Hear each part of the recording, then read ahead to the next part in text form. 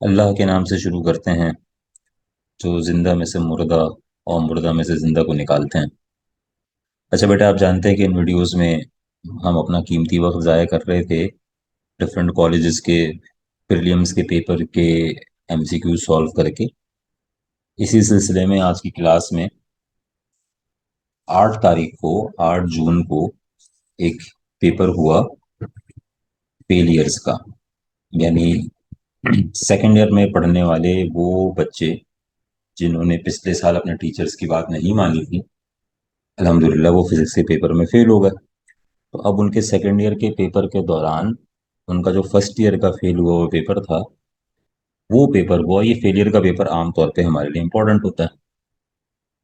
इसकी तैयारी हमें इससे पहले कि हम इसको अगले साल फेलियर के बच्चों के साथ बैठ के दे रहे हो, बेहतर ये है कि इसकी तैयारी पहले कर ली जाए। तो इस सिलसिले में 8 जून को ये जो पेपर हुआ था फेलियर का, जो सेकेंड ईयर के स्टूडेंट्स का हुआ था, फर्स्ट ईयर का फेल हुआ हुआ पेपर, उसके एमसीक्यूज हम आज कोशिश करेंगे कि उनको सॉल्व कर लें। आमतौर पे बुनियादी तौर पे जो फेलियर्स का पेपर होता है उसमें अक्सर ऐसा होता है कि वो पेपर दोबारा ऐसा बनाया जाता है कि बच्चा अगली दफ़ा फिर फेल हो जाता है। लेकिन इस दफ़ा जो फेलियर का पेपर है वो कंपैरेटिवली, उसके जो एमसीक्यूज खास तौर पे हैं, वो कंपैरेटिवली निस्बतन ज़रा आसान हैं। और अगर आपने पिछले वीडियो फॉलो की हैं जिसमें आप आदम जी, डीजे और दिल्ली के एमसीक्यू सॉल्व कर चुके हैं, दिल्ली कॉलेज के, तो फिर तो आपके लिए निस्बतन ये बड़ा आसान होगा। स्टार्ट करते हैं बेटा पहले एमसीक्यू से। 1 रेडियन इज इक्वल्स टू, ये सब आप पिछले कई सालों से जानते हैं कि 1 रेडियन में 57.3 डिग्रीज होते हैं। ठीक है जी। और इसका रेसिप्रोकल ये याद रखिएगा। ये हम मेरे ख्याल में शायद दिल्ली कॉलेज के पेपर में हमने सॉल्व किया था, या किसी कॉलेज में था आदम जी में शायद, कि अगर आपसे पूछ ले कि 1 डिग्री किसके बराबर है, तो इसका आंसर था 0.01745 रेडियन। अभी इस वक्त आपसे पूछ रहा है कि 1 रेडियन कितने डिग्री के बराबर है, तो इसको ऑप्शन सी हो गया। लेकिन अगर आपसे पूछे कि 1 डिग्री में कितने रेडियन होते हैं, तो ये वैल्यू आपको याद होनी चाहिए। एमसीक्यू नंबर 2 में आ जाए जनाब। If an object is placed at principal focus F, आगे ऑब्जेक्ट है उसको प्रिंसिपल फोकस पे रखा गया, किसके? कन्वर्जिंग लेंस के। The image will be formed at, उसका इमेज कहाँ बनेगा ये आपसे पूछ रहा है। तो यार ये तो आपने basic rays for image formation जो हम पढ़ते हैं उसमें आपने ये पढ़ा हुआ है कि अगर कोई ray of light parallel to the principal axis होती है, तो लेंस से टकराने के बाद ये कहाँ से पास होती है जनाब? फोकस से। और अगर इसी तरह से कोई रे ऑफ लाइट फोकस से इमर्ज हो, कोई रे ऑफ लाइट फोकस से इमर्ज हो, तो टकराने के बाद वो पैरेलल हो जाती है किस चीज़ के? प्रिंसिपल एक्सिस के। अब आपसे पूछ रहा है कि एक ऑब्जेक्ट है उसको कॉन्वेक्स लेंस के फोकस पे रखा हुआ, इसका इमेज कहाँ बनेगा? तो चूंकि आपने ऑब्जेक्ट को कॉन्वेक्स लेंस के फोकस पे रखा हुआ है, फोकस से निकलने वाली लाइट रेज हमेशा प्रिंसिपल एक्सिस के पैरेलल होंगी। और पैरेलल रेज आप जानते हैं कि हमेशा कहाँ मीट करेंगी? इन्फिनिटी में। चलिए ना तीसरे एमसीक्यू में आ जाए। The period of simple pendulum does not depend upon, simple pendulum का टाइम पीरियड किस पे डिपेंड नहीं करता? सिंपल पेंडुलम का जो टाइम पीरियड है उसका फॉर्मूला आपने पढ़ा है, 2 pi under root L over G. Length पे डिपेंड करता है, एक्सेलरेशन ड्यू टू ग्रेविटी पे डिपेंड करता है, length acceleration due to gravity दोनों पर डिपेंड करता है, बिल्कुल ठीक है। डज नॉट डिपेंड, किस पे डिपेंड नहीं करता? मास पे डिपेंड नहीं करता। Artificial gravity can be created in space craft bye it's, space craft में आर्टिफिशियल ग्रेविटी कैसे प्रोड्यूस करवाई जाती है? तो ये चैप्टर नंबर 6 ग्रेविटेशन में हम पढ़ चुके हैं कि अगर आपको स्पेस क्राफ्ट में आर्टिफिशियल ग्रेविटी क्रिएट करवानी है तो उसको अपने एक्सेस पर रोटेट करना पड़ता है।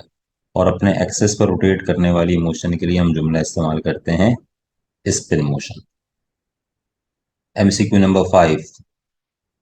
The dot product of I and के, यूनिट वेक्टर आई और यूनिट वेक्टर के का डॉट प्रोडक्ट आपने निकालना है। सबसे पहला काम तो वैसे तो एक आसान तरीके इसको याद रखने का है।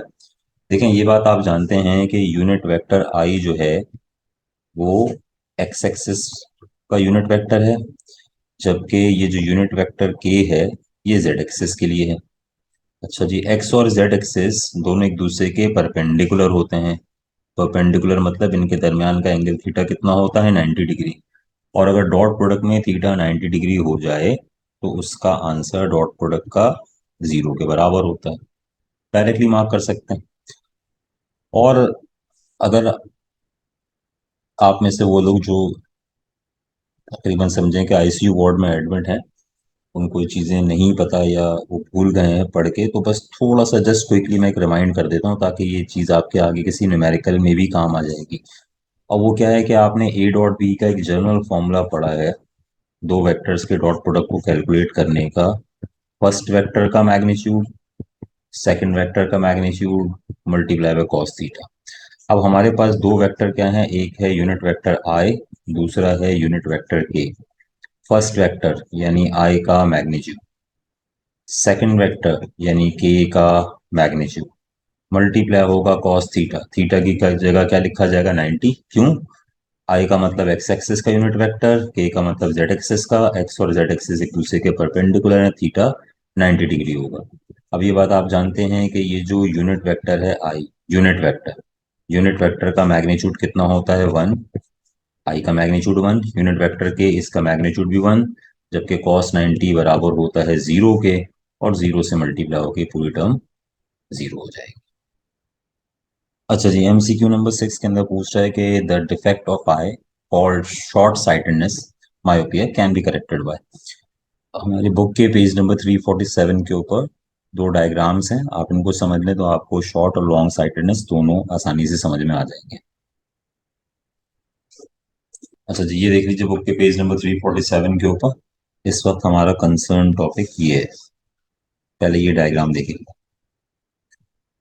होता ये है कि जो इमेज रेटिना पे बनना चाहिए वो रेटिना पे नहीं बनता। देख लीजिए, इस रेटिना पे नहीं बनता, रेटिना से पहले बन जाता है। हमें इस इमेज को रेटिना पे लाने के लिए रेस को जरा और दूर कन्वर्ज करवाना है, तो हम क्या करते हैं कि उसके सामने कॉनकेव लेंस रख देते हैं। वो कॉनकेव लेंस इनके कन्वर्जेंस पॉइंट को आगे ले जाता है। तो इसकी जो शॉर्ट साइटेडनेस है, इसकी रेमेडी ये है कि आप एक कॉनकेव लेंस रखते हैं।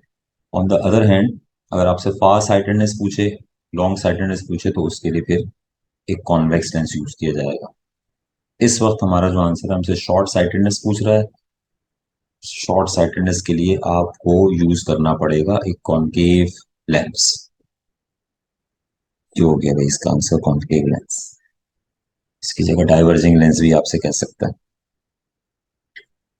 अच्छा जी, क्वेश्चन नंबर 7 में आपसे कह रहा है कि 500 man climbs up a ladder of 3 metre height in 3 seconds, the power required is. सबसे पहले तो आप एक जनरल फॉर्मूला जानते हैं पावर कैलकुलेट करने का, कि अगर आपने पावर कैलकुलेट करनी है तो उसके लिए आप सिंपली क्या करेंगे, वर्क डन को डिवाइड कर देंगे किसके साथ, टाइम के साथ। Rate of doing work power कहलाता है। अच्छा, अब चूंकि सवाल में कह रहा है कि वो लेडर पे क्लाइंब अप ऊपर की तरफ जा रहा है, तो ऊपर की तरफ जाने वाला work done against the gravity होगा, और अगेंस्ट द ग्रेविटी वाले वर्क डन का मतलब वो वैल्यू बराबर होगी पोटेंशियल एनर्जी के। इसका मतलब जहां पे वर्क डन लिखा हुआ है उसकी जगह लिख सकते हैं पोटेंशियल एनर्जी डिवाइड हो रहा है किससे, टाइम से। ठीक है जी। अच्छा, अब पोटेंशियल एनर्जी खुद बराबर होती है किस चीज के, mgh के अपॉन टाइम टी, ऐसे लिखा हुआ है। फिर आप ये भी जानते हैं कि mg मास इनटू ग्रेविटी खुद बराबर होता है किसके, वेट के। तो पावर कैलकुलेट करने के लिए आप सिंपली क्या करेंगे, ऑब्जेक्ट के वेट को हाइट से मल्टीप्लाई करेंगे और टाइम से क्या कर देंगे, डिवाइड कर देंगे। जरा पढ़िए सवाल के अंदर, ऑब्जेक्ट का वेट आपको गिवन है जनाब कितना, 500 न्यूटन, ये रहा। हाइट एच की वैल्यू गिवन है 3 मीटर, और टाइम गिवन है कितना, 3 सेकेंड्स के बराबर। चलिए जी, पावर कैलकुलेट करते हैं। वेट की वैल्यू है 500, हाइट एच है 3, टाइम भी कितना है 3। चलिए जी, इसको सॉल्व कर लीजिए। आप जानते हैं कि ये कैंसिलेशन के बाद हमारे पास जो आंसर आएगा वो 500 पावर का यूनिट वॉट्स होगा। तो 500 वॉट इसकी वैल्यू।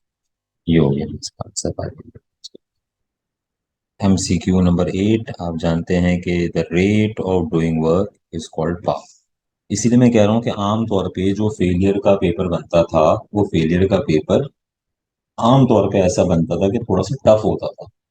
बट ये रेगुलर से भी हट के जरा जो है वो इसके MCQs हैं। यानी आप देखें क्वेश्चन नंबर 7, वो पार कैलकुलेट किए भी आपने वर्क डन टाइम से वर्क अपॉन टाइम से। फिर दोबारा ये कह रहे हैं रेट ऑफ डूइंग वर्क पार के बराबर होता है, तो आम और बिल्कुल बराबर बराबर वाले न्यूमेरिकल है 7 और 8। ऐसा आमतौर पे होता नहीं, लेकिन बहरहाल ये इस पेपर में इसी तरह से है। अच्छा जी, MCQ नंबर 9 के अंदर बोल रहा है कि frequencies 264 hertz and 262 hertz are sounded together, the beat frequency will be. अच्छा जी, बीट फ्रीक्वेंसी का फॉर्मूला कैलकुलेट करने के लिए सिंपली F1 में से F2 को माइनस करेंगे। पहली फ्रीक्वेंसी 264, दूसरी फ्रीक्वेंसी 262, सब्ट्रैक्ट कर लीजिएगा। सब्ट्रैक्ट करके इसका आंसर 2 बीट्स पर सेकंड आ जाएगा। Number 10, the resistance in the flow of fluids is called. Fluids के दरमियान, फ्लूइड्स की जो लेयर्स हैं, जो मॉलिक्यूल्स हैं, उनके फ्लो के दरमियान जो रुकावट होती है, उनके फ्लो में जो फ्रिक्शन होती है, उसके लिए लफ्ज विस्कोसिटी इस्तेमाल करते हैं। Option C is the correct option. Newton's rings illustrate the phenomena of Newton rings interference through thin films की वजह से बनते हैं। MCQ number 12, if the velocity of a body is doubled and mass is reduced to 1/4 of its initial value, the kinetic energy will be। चलें जरा इसको एक calculate करके देख लेते हैं। यहाँ पे काइनेटिक एनर्जी का जनरल फॉर्मूला आप जानते हैं, बराबर होता है ½ mv² के। अब आपसे पहली बात तो ये कह रहा है कि जो भी मास है उसको रिड्यूस कर दें 1/4 पे, यानी जो भी मास आपके पास था उसका 1/4 कर, 4 से डिवाइड कर दें। चलिए, मल्टीप्लाई बाय वेलोसिटी, वेलोसिटी को क्या कर लिया, ट्वाइस कर लिया, डबल कर दिया। तो वेलोसिटी यानी चले v थी, तो उसको क्या कर दिया, 2v कर दिया। फॉर्मूले में चूंकि वेलोसिटी का स्क्वायर करना, तो यहाँ भी स्क्वायर करेंगे। अच्छा, चूंकि बाज़ाहिर आपने इस वक्त मासेस और वेलोसिटीज की वैल्यूज को चेंज किया है, तो अब जो काइनेटिक एनर्जी होगी, उस नई काइनेटिक एनर्जी को मैं के ई बार से रिप्रेजेंट कर देता हूँ। और जरा कैलकुलेशन कर लेते हैं यहाँ पे। अच्छा जी, ये हाफ ऐसे ही रखा मैंने, m/4 ऐसे ही रखा। अब ये स्क्वायर ओपन कीजिए, स्क्वायर 2 पर जाएगा तो कितना हो जाएगा 4, v पर जाएगा तो क्या हो जाएगा v²। अगेन मैं इसको अरेंज कर लेता हूँ थोड़ा सा भाई। ये देखिएगा, इस 4 से 4 कैंसिल करवा दें। कैंसिल करने के बाद मेरे पास क्या बच गया, ½ mv²। और आप ऊपर पढ़ चुके हैं कि जो ½ mv² था वो तो खुद जो इनिशियल या ओरिजिनल काइनेटिक एनर्जी थी उसके बराबर था। इसका मतलब काइनेटिक एनर्जी की वैल्यू में कोई फर्क नहीं पड़ेगा, kinetic energy will remain the same. इसका ऑप्शन सी सेलेक्ट कर दिया। अच्छा बेटा, MCQ नंबर 13 देख लीजिएगा। वेक्टर ए की वैल्यू गिवन है AI, वेक्टर बी की वैल्यू गिवन है BJ। आपको B×A कैलकुलेट करना है। आप ये बात जानते हैं कि जब आप दो वेक्टर्स का क्रॉस प्रोडक्ट लेते हैं तो रिजल्ट में वो जो दो वेक्टर जिनका क्रॉस प्रोडक्ट ले रहे हैं, तो उनका जो रिजल्टेंट वेक्टर आता है वो उन दोनों वेक्टर्स के प्लेन के परपेंडिकुलर होता है। ठीक है जी। अच्छा, अब जरा गौर से देखिएगा, यहाँ पे आपको वेक्टर बी का ए के साथ क्रॉस निकालना है। वेक्टर बी का ए के साथ क्रॉस निकालना है। क्या करेंगे भाई, पहला काम तो ये कर लें कि बी के मैग्नीट्यूड को, बी का मैग्नीट्यूड ये रहा स्मॉल बी जो यूनिट वेक्टर जे के साथ लिखा है, मल्टीप्लाई कर लें ए के मैग्नीट्यूड के साथ, ये जो आई के साथ, आई यूनिट वेक्टर के साथ लिखा है। इसका मतलब जब आप B×A निकालेंगे तो पहली चीज तो आपके पास वेक्टर बी का मैग्नीट्यूड वेक्टर ए का मैग्नीट्यूड मल्टीप्लाई होगा। ठीक। दूसरी बात, वेक्टर बी का यूनिट वेक्टर जे, इसका क्रॉस प्रोडक्ट लेंगे किसके साथ, आई के साथ, यानी जे का क्रॉस प्रोडक्ट लेना है किसके साथ, आई के साथ। राइट जी। अब एक जनरल प्रिंसिपल अगर आप याद कर लें, आपके लिए ज़रा आसानी हो जाएगी इसको समझना। वो किस तरीके से, ये देखें, ये तरीका आप याद रखें। ये तीन वेक्टर्स हैं बना रहा हूँ, आई जे और के। ठीक। जब आप आई को जे से मल्टीप्लाई करेंगे, क्रॉस प्रोडक्ट लेंगे, क्रॉस प्रोडक्ट, तो आपके पास वेक्टर के आ जाएगा। जे को के से मल्टीप्लाई क्रॉस प्रोडक्ट लेंगे तो यूनिट वेक्टर आई आ जाएगा। और के का आई के साथ क्रॉस प्रोडक्ट लेंगे तो यूनिट वेक्टर जे आ जाएगा। ये क्लॉकवाइज ऑर्डर में चलेगा तो पॉजिटिव वैल्यूज आएंगे, लेकिन जहां आप एंटी क्लॉकवाइज जाएंगे आपको पॉजिटिव की जगह नेगेटिव वैल्यू मिलेगी। अब जरा देखिए भाई, अगर मैं यूनिट वेक्टर आई को जे के साथ क्रॉस मल्टीप्लाई करवाता, आई क्रॉस जे, तो मेरे पास प्लस के आता। आई क्रॉस जे करवाता तो यूनिट वेक्टर के आ जाता। लेकिन हमें तो जो कैलकुलेशन करनी है वो तो जे क्रॉस आई की करनी है। अच्छा जी, जे क्रॉस आई में जाने के लिए मुझे इधर जाना पड़ेगा एंटी क्लॉकवाइज, जे क्रॉस आई। तो जे क्रॉस आई करने से बजाय प्लस के मेरे पास आ जाएगा माइनस के। तो देखिए उस सवाल को कंप्लीट कर लेते हैं भाई। अब हम क्या लिखेंगे यहाँ पे, बी क्रॉस ए बराबर हुआ, चलें जरा वैल्यू लिख रहा हूँ। अच्छा, अब ये दोनों मैग्नीट्यूड है, मैग्नीट्यूड में बी पहले लिखें ए पहले लिखें, इससे कोई फर्क नहीं पड़ेगा, मैं इसको अरेंज कर देता हूँ ए बी। जे क्रॉस आई बराबर हुआ किसके, माइनस के। यहाँ आ गया माइनस के। इसको मैं ऐसे भी लिख सकता हूँ ओपन करके कि माइनस ए बी और यूनिट वेक्टर के। ये आंसर, ये देख लीजिए भाई option number. MCQ number 14, the unit of loudness is sone. हमारी बुक में ये गिवन है यूनिट ऑफ इंटेंसिटी लेवल के नाम से, कि इंटेंसिटी लेवल का एक यूनिट, एक बेल है, एक डेसिबल है और एक सोन होता है। अब ये कह रहे हैं कि 1 सोन 1000 हर्ट्ज पे किसके बराबर होता है, तो ये वैल्यू आपको याद करनी पड़ेगी। 1 सोन की वैल्यू 1000 हर्ट्ज जब फ्रीक्वेंसी हो तो उसका 40 डेसिबल्स के बराबर हो। MCQ number 15, the velocity of the wave, the velocity of the wave of wavelength lambda and frequency new is given by. तो एक आप सिंपली जानते हैं वेव इक्वेशन है, वेव इक्वेशन से आपने ये फॉर्मूला पढ़ा हुआ है कि v बराबर होता है किस चीज के, न्यू लैम्डा के। ऑप्शन सी, v बराबर होगा न्यू लैम्डा के। MCQ number 16, two convex lenses of same focal length f are in contact, focal length of the combination is. Combination of lenses में आपने ये फॉर्मूला पढ़ा हुआ है, कॉम्बिनेशन ऑफ लेंसेज में कि 1/f बराबर होता है 1/f1 प्लस 1/f2।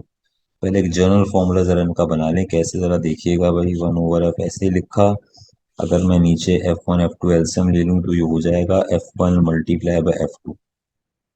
यहाँ आ जाएगा f2 प्लस f1। ये किसका फॉर्मूला निकाला है, 1/f का।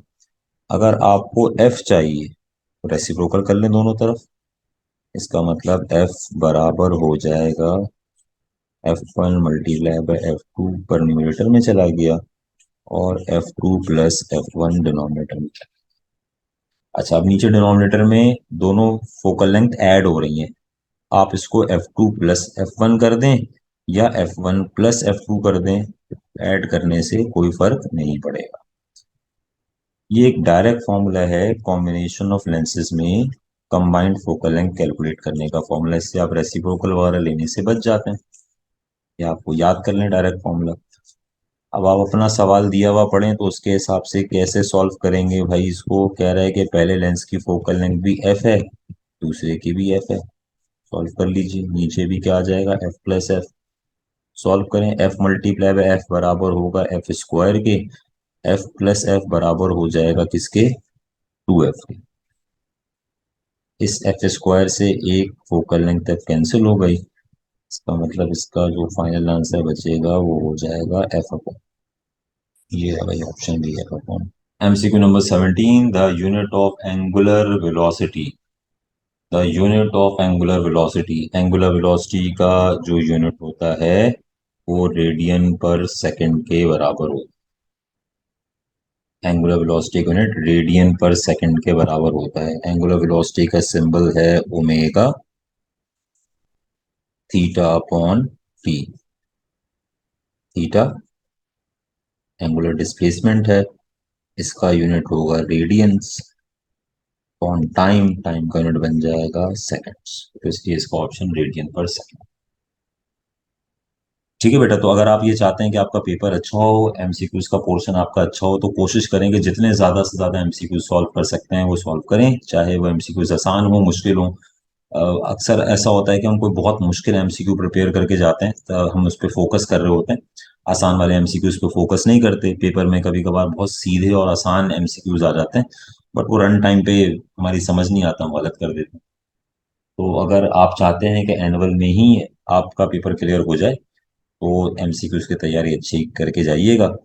वरना ऐसे ही जिस तरह इस वक्त आप ये फेलियर्स वाले बच्चों की वीडियो देख रहे हैं, ऐसे ही अगले एक आध साल के बाद बाकी बच्चे आपकी वीडियो देख रहे होंगे। इससे बचना चाहते हैं तो एमसीक्यूज की तैयारी ज़रा अच्छी तरीके से करके जाइए।